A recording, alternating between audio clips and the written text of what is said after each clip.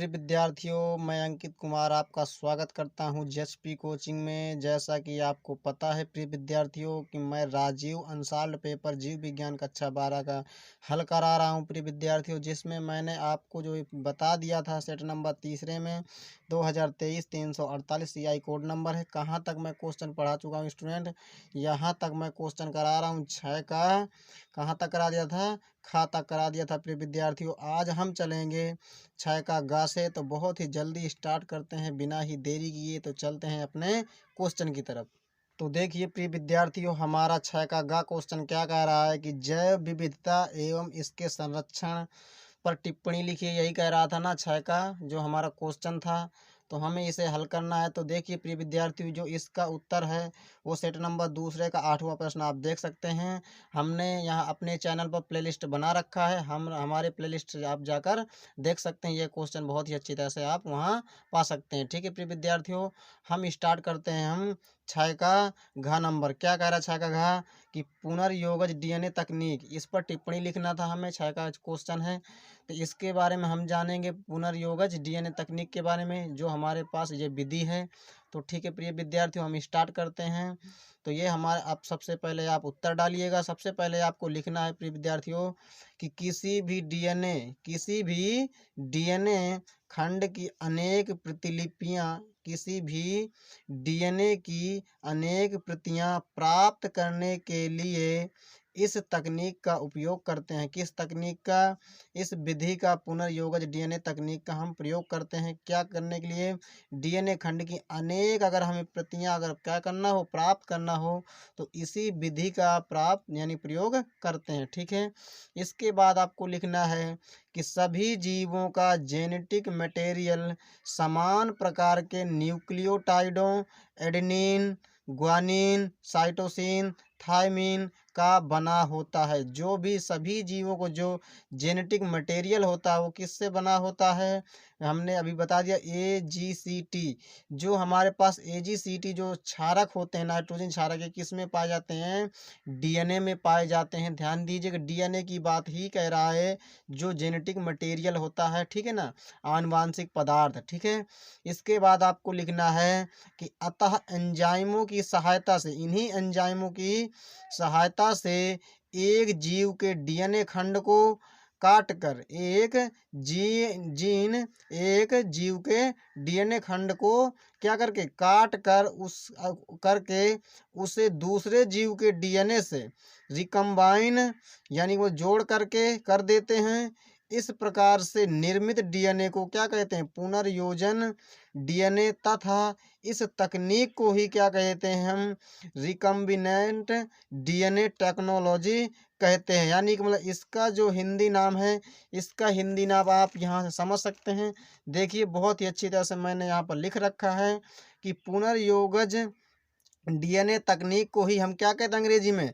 Recombinant DNA technology कहते हैं। इसी को है कहते हैं प्रिय विद्यार्थियों। कुछ विद्यार्थी यहाँ पर डाउट में पड़ जाएंगे कि जो अंग्रेजी में लिखा है इसका मतलब क्या है।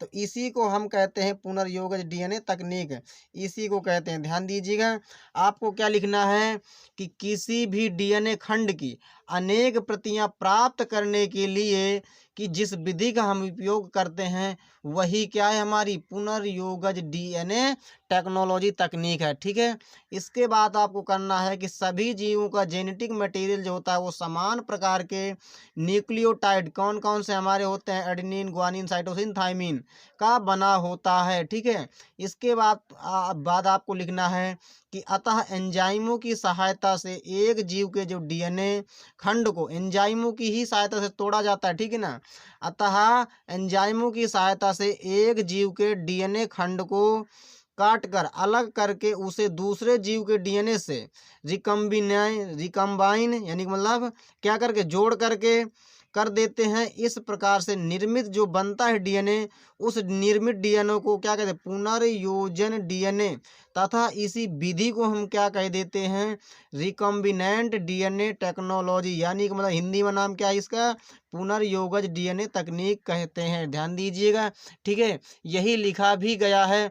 आपको मैंने पिछली वीडियो में बताया भी है कि डीएनए खंड को कैसे काटा जाता है, डीएनए को कैसे खंडों में विभाजित किया जाता है, तो आपको पता भी होना चाहिए। एक एंजाइम होता है, ठीक है ना, उसी एंजाइम को एंडोन्यूक्लिएज, एंजाइम कौन सा है, एंडोन्यूक्लिएज, जोड़ने का काम कौन सा एंजाइम करता है डीएनए खंडों को, लाइगेज एंजाइम, ठीक है। तो ध्यान रखिएगा प्रिय विद्यार्थियों, बहुत ही इंपॉर्टेंट क्वेश्चन है। इसके बाद यहाँ आपको जानना है कि पुनर्योगज डीएनए तकनीक को जेनेटिक इंजीनियरिंग भी कहते हैं। एक नाम कैसा भी आप एग्जाम में रखकर पूछ सकता है, या पूछ सकता है कि पुनर्योगज डीएनए तकनीक क्या है, या पूछ सकता है जेनेटिक इंजीनियरिंग क्या है, जबकि है वही चीज़, ठीक है ना।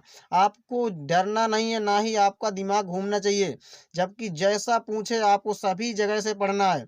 क्या कहना है कि पुनर्योग जो डीएनए तकनीक हो इसे जेनेटिक इंजीनियरिंग भी कहते हैं, आनुवांशिक अभियांत्रिकी इसका एक नाम, और क्या हिंदी में इसे कहते हैं आनुवांशिक अभियांत्रिकी, ठीक है।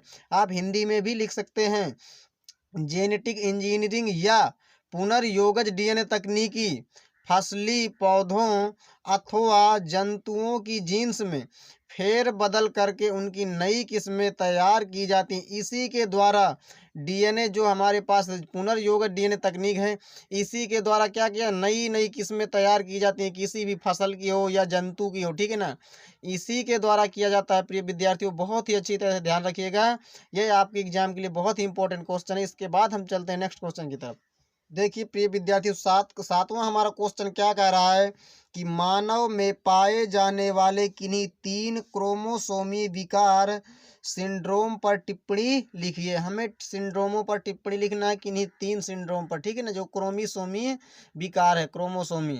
तो सबसे पहला हमारे पास उत्तर डालना, सबसे पहला हमारे पास कौन सा विकार है, जिसका नाम है टर्नर सिंड्रोम। ये इस सिंड्रोम पर हमें क्या करना है, टिप्पणी लिखना है, जो मानव में पाए जाते हैं, ठीक है ना।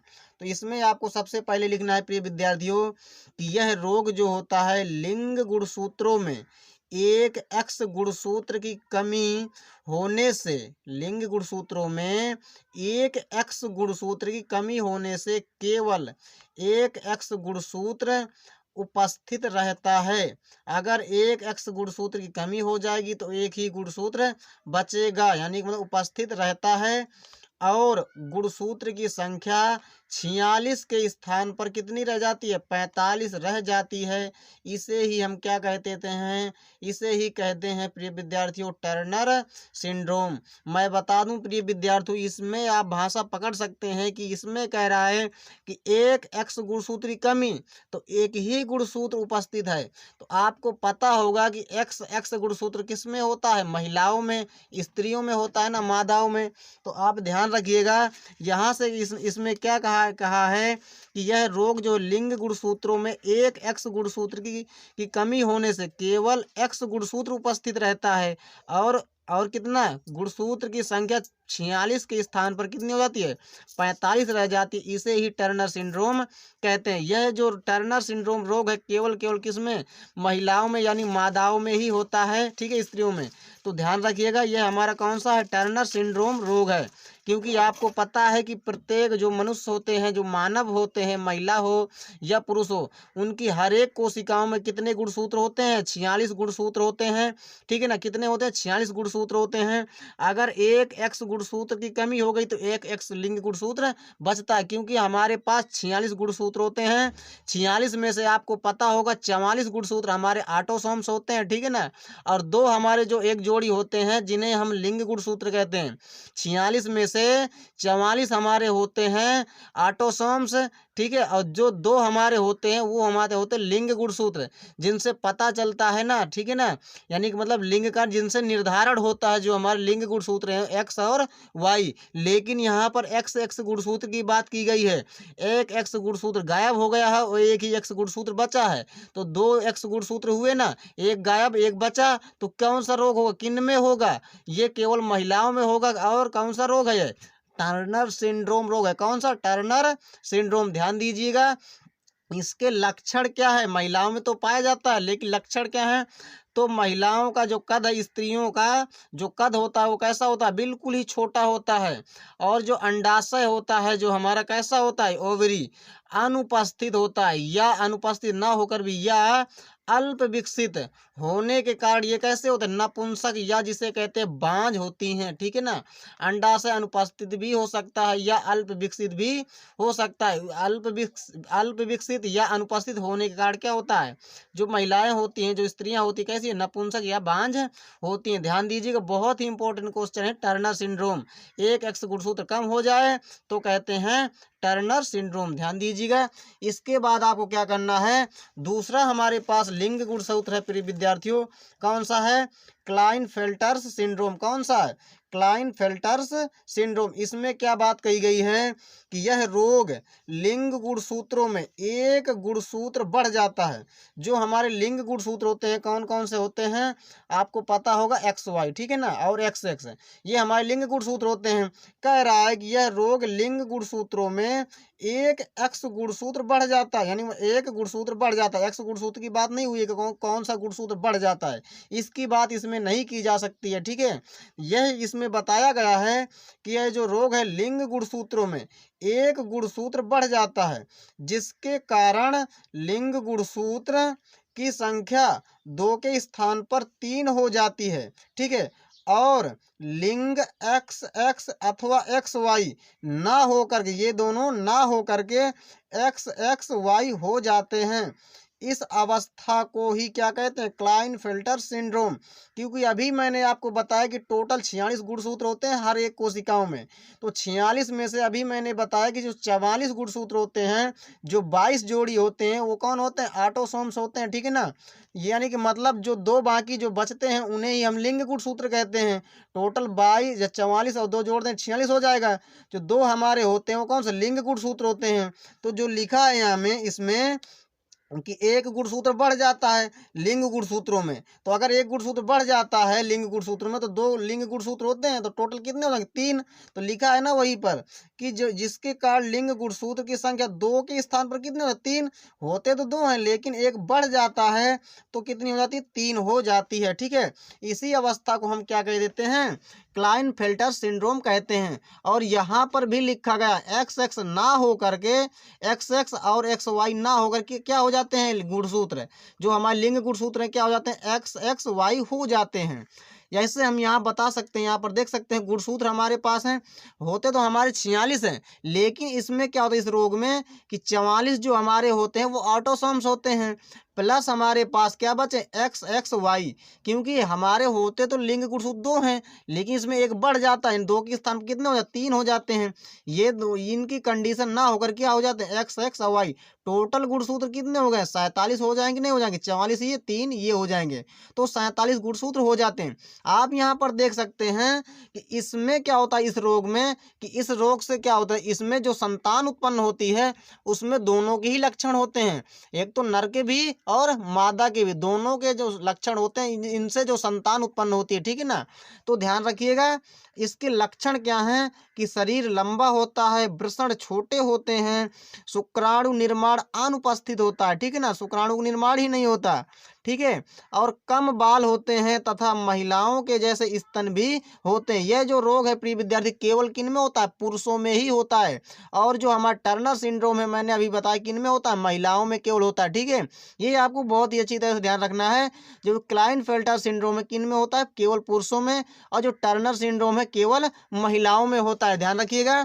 और इनसे जो संतान उत्पन्न होती है, इस रोग में जो क्या होता है, यह जो रोग है जिस भी व्यक्ति में अगर होगा तो वो व्यक्ति कैसा होगा प्रिय विद्यार्थियों, व्यक्ति को जो होगा उसमें दोनों के ही लक्षण दिखेंगे, नर के भी और मादाओं के भी। यह जो रोग जिस भी पुरुष में होगा, ध्यान रखिएगा। ठीक है ना, इसके बाद आपको क्या करना है प्रिय विद्यार्थियों, इसके बाद हमें जानना है कौन सा रोग है, इसके बाद हमें जानना है डाउन सिंड्रोम रोग। कौन सा जानना है, डाउन सिंड्रोम। यह रोग क्या है हम इसके बारे में हम जानते हैं, तो ध्यान दीजिएगा। हमारे इसमें क्या जानेंगे कि इसमें क्या होता है डाउन सिंड्रोम में, कि नाम तो डाउन है लेकिन गुणसूत्र डाउन नहीं होंगे और एक बढ़ेगा। नाम आपको नाम से याद नहीं रखना है कि डाउन सिंड्रोम है तो गुणसूत्र डाउन हो जाएंगे, बिल्कुल ही गलत है, गुणसूत्र और बढ़ जाता है इसमें। ठीक है, है।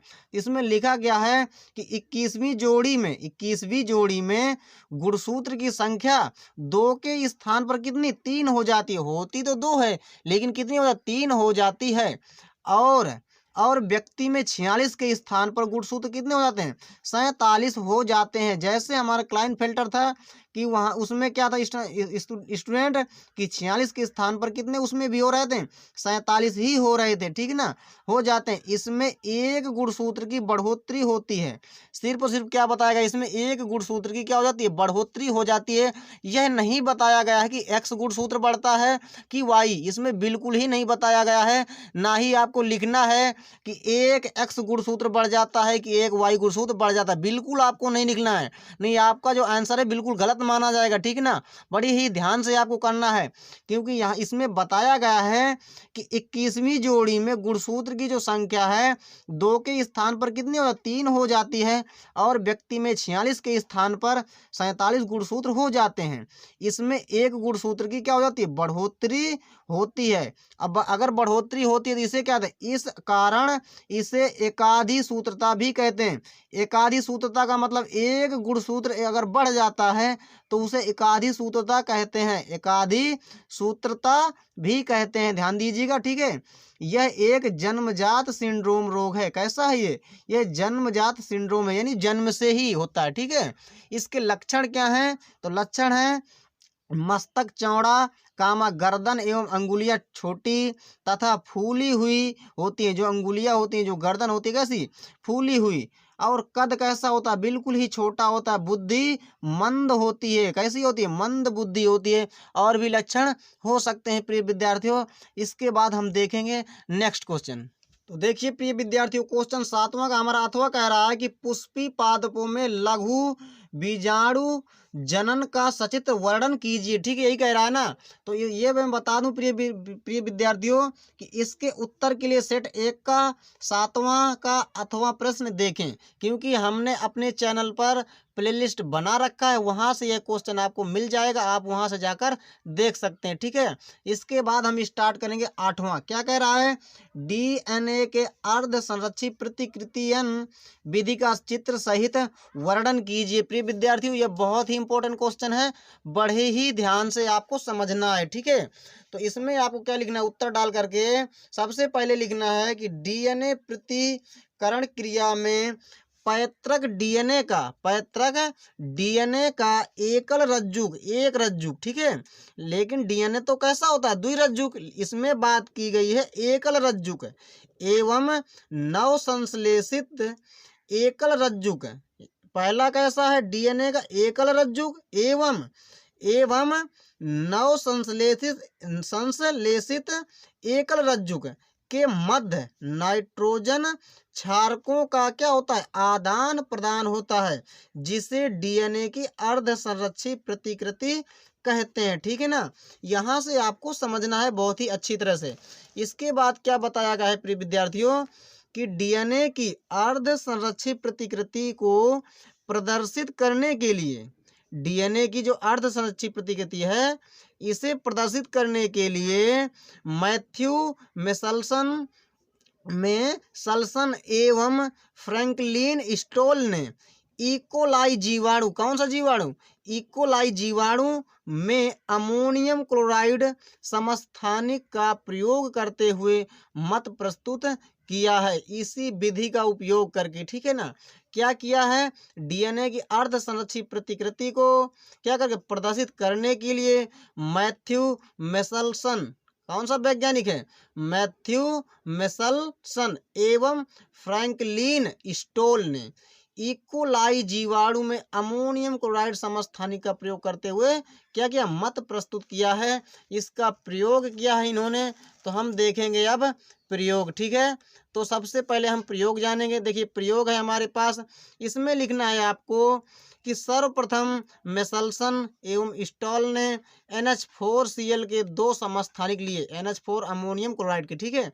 कितने समस्थानिक 2 समस्थानिक लिए, ठीक है। इसके बाद कौन कौन समस्थानिक, पहला है हमारे 15N, यानी N के पावर 15 भी आप लिख सकते हैं, क्या है यानी कि इसका है परमाणु भार, ठीक है। तो यहाँ हमारे पास है 15N जो आयन है, इस समस्थानिक का घनत्व अधिक होता है। इसका जो 15n जो समस्थानिक, इसका घनत्व जो डेंसिटी कैसी होती है, अधिक होती है।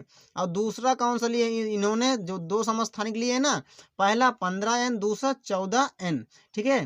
तो ये 14n जो है, इस समस्थानिक का घनत्व कैसा होता है, कम होता है। इन्होंने प्रयोग में इन दोनों ही लिए थे। इसके बाद आपको देखना है कि इस प्रयोग में इकोलाई जीवाणु को 20 मिनट तक, इस प्रयोग में इकोलाई जीवाणु को 20 मिनट तक NH4Cl के 15n समस्थानिक में रखा, ठीक है। जो 15n है समस्थानिक में रखा था इनको, ठीक है। इसके बाद आपको नेक्स्ट पॉइंट है कि जिससे इकोलाई जीवाणु के डीएनए के दोनों रज्जुक जो हैं, डीएनए द्विरज्जुक होता ना, जिससे इकोलाई जीवाणु के डीएनए के दोनों ही रज्जुक 15n समस्थानिक प्राप्त होते हैं। ध्यान दीजिएगा, दोनों ही रज्जुक 15n समस्थानिक प्राप्त हुए कह रहा है। इसके बाद आपको लिखना, इसके पश्चात 15n युक्त इकोलीन, इकोलाई लिख दो या इकोलीन जीवाणु में को 14n या 14n युक्त NH4Cl के विलयन में समवर्धित किया गया। इसके बाद आपको लिखना है प्रिय विद्यार्थियों, क्या क्या समवर्धित किया गया है, जिससे एक रज्जुक 14n एवं दूसरा रज्जुक 15n युक्त था। इसके बाद है कि 40 मिनट बाद इन जीवाणुओं की दूसरी पीढ़ी का अध्ययन करने पर 14n युक्त रज्जुकों की अधिक मात्रा पाई गई, और इस प्रयोग के आधार पर यह सिद्ध होता है कि डीएनए अर्धसंश्लेषी प्रतिकृति प्रदर्शित करता है। ये जो लिखा हुआ है इसे हम समझेंगे चित्र की सहायता से, चित्र की सहायता समझोगे तो आपको ज़्यादा ही समझ में आएगा प्रिय विद्यार्थियों, अन्यथा यह आपको बहुत ही कठिन लगेगा। लिया तो गया है कितने, दो ही हमारे पास यहाँ पर समस्थानिक लिए गए, एक 15n, एक हमारे पास कौन सा 14n, ठीक है। इसी की बात यहाँ पर पूरी हुई है, हम समझते हैं चित्र की सहायता से। तो देखिए प्रिय विद्यार्थियों, ये हमारा एक डीएनए का स्ट्रक्चर है, डबल हेलिक्स है ना, ठीक है, द्विरज्जुक है। तो ये हमारे एक डीएनए है। इसमें आपको क्या देखना, ये पहले तो हमारा 15n यहाँ पर है ना, ठीक है, ये हमारे एक समस्थानिक है 15n वाला, यहाँ पर हमें सबसे पहले लिया गया है। इसमें क्या किया गया, इसे 20 मिनट के बाद यह जो डीएनए रज्जुक है 15n वाला, ये 20 मिनट के बाद क्या होता है, दो भागों में डिवाइड हो जाता है। इसका द्विगुणन जब होता है, इसका क्या होता है, द्विगुणन होता है। अभी मैंने बताया ना कि इकोलाई जीवाणु को 20 मिनट तक जब NH4Cl में रखा जाता है तो 15n क्या होता है, ये दो रज्जुकों में विभाजित हो जाता है। दोनों रज्जुक 15n समस्थानिक तो प्राप्त होते ही होते हैं। यहाँ से जब इसे जब विभाजित करेंगे, जब इसका द्विगुणन होगा तो हमारे पास ऐसा स्ट्रक्चर बन जाएगा डीएनए का। लेकिन क्या होता है, इसमें जो एक जो होता है हमारा, ये जो मोटी लाइन आपको दिख रही है, ये 14n ये आयन है, ये कैसा आयन है, 14th n आयन है। ये कैसा है, 15 यानी 15n आयन है। ये जो हमारे पास जो पतली जो लाइन दिख रही है, इसी प्रकार इसमें भी यही बनाया गया है चित्र में, ठीक है ना। इसका क्या हुआ है, पहले वाले का द्विगुणन, फिर इनका भी द्विगुणन होगा, इनका भी द्विगुणन होगा। लेकिन ध्यान रखना, इसमें क्या हो जाता, किसमें क्या होता, जब इनका भी द्विगुणन होता है, इन दोनों का संरचनाओं का, ठीक है, तो इनमें क्या होता है, जो हमारे बैंड होते हैं ना, जो बैंड जो आपको दिख रहे हैं, इसमें जो होता है ये जो रज्जुक होता है, ये एक आपको रज्जुक दिख रहा है 14n रज्जुक जो आपको दिख रहा है, ये 15th रज्जुक है। ये इसी प्रकार ये भी हमारे पास, इसमें क्या हो जाता है, जो 14th n वाले होते हैं, ये इनकी जो संख्या है ना, ये बहुत ही ज़्यादा होती है। इनकी संख्या क्या हो जाती है, इनकी संख्या स्टूडेंट बहुत ही ज़्यादा होती है 14n वालों की, लेकिन इनकी संख्या 15n वालों की बहुत ही कम होती है इस चित्र में। वही जो इसी चित्र को देखकर अगर आप समझना चाहेंगे तो आप इसी चित्र को ही आराम से देखकर आप लिख सकते हैं। अगर आपको ये चित्र ना ही समझ में आया तो आप जो है बिल्कुल ही कैसे जो लिखा है मैंने उससे समझ करके आप ये चित्र भी बना सकते हैं, अगर आपको अच्छी प्रकार से आइडिया पता हो तो। ठीक है प्रिय विद्यार्थियों, ये आपके लिए बहुत ही इंपॉर्टेंट क्वेश्चन था। आप इसे बहुत ही अच्छी तरह इसका स्क्रीनशॉट ले करके इसे समझिएगा बहुत ही अच्छी तरह। तरह से कि जो हमारे 15n है ये क्या है, 14n ये क्या है। अभी मैंने प्रयोग में बताया है दोनों को, ठीक है ना, कि दो प्रयोग किए थे इन्होंने क्या किया था कि दो जो क्या लिए थे, समस्थानिक लिए थे ना, ठीक है, एक 15n वाला एक 14n वाला। पहले यहाँ पर क्या है बताया अभी मैंने कि 15n हमारा डीएनए ये कैसा आप हेलिक्स दिख रहा है, डबल हेलिक्स है, ये 15n वाला है, ठीक है, समस्थानिक है। इसमें क्या होता है जब इसका द्विगुणन होता है तो एक 15n वाला बनता है, एक 14n वाला बनता है। फिर इनका भी द्विगुणन होता है तो ये बिल्कुल सेम प्रकार का एक 14n वाला बनता है, ये भी एक बनता है सेम प्रकार का 14n वाला। इसकी संख्या क्या हो जाती है, ज़्यादा होती है, इनकी संख्या क्या होती है 15n वालों की कम होती है। यहाँ पर आप देख भी सकते हैं। इसीलिए क्या यही जो प्रयोग है ये अर्ध संक्षिप्त प्रतिकृति जो है यही सिद्ध हो चुका है। और जो दो वैज्ञानिक हैं उनका नाम भी मैंने बता रखा है प्रिय विद्यार्थियों। इसके बाद हम मिलेंगे नेक्स्ट क्वेश्चन में और नेक्स्ट वीडियो में। तो चलते हैं, नमस्कार, जय हिंद, वंदे मातरम।